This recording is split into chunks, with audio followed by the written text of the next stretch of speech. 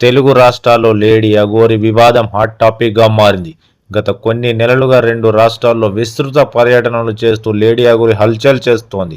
సనాతన ధర్మం, దేశ రక్షణ, మహిళల రక్షణ అంటూ తనపై ఎదురు తిరిగిన వారి పట్ల దురుసుగా ప్రవర్తిస్తూ బీభత్సం సృష్టిస్తోంది. అయితే తాజాగా లేడీ అఘోరి లీలలు ఒక్కొక్కటిగా బయటకు పడుతున్నాయి.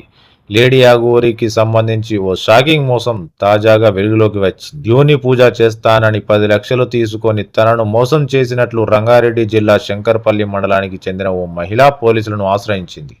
లేడీ అఘోరితో 6 నెలల క్రితం పరిచయం ఏర్పడిందని, ఆమె మాటలు నమ్మి యోని పూజకు అంగీకరించానని వెల్లడించింది.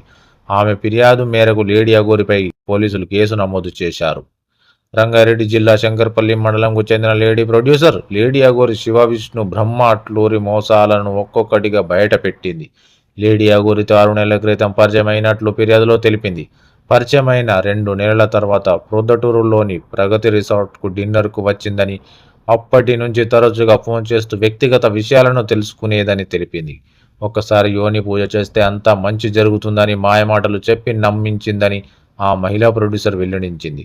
లేడీ అఘోరి మాటలు నమ్మి యోని పూజకు అంగీకరించానని తెలిపింది. పూజ ఖర్చుల కోసం 5 లక్షలు లేడీ అఘోరి అకౌంట్లో వేశాను. ఆ తర్వాత పూజ కోసం యూపీలోని ఉజ్జయినిలోని ఫామ్ హౌస్లోకి తీసుకెళ్లి పూజ చేసింది.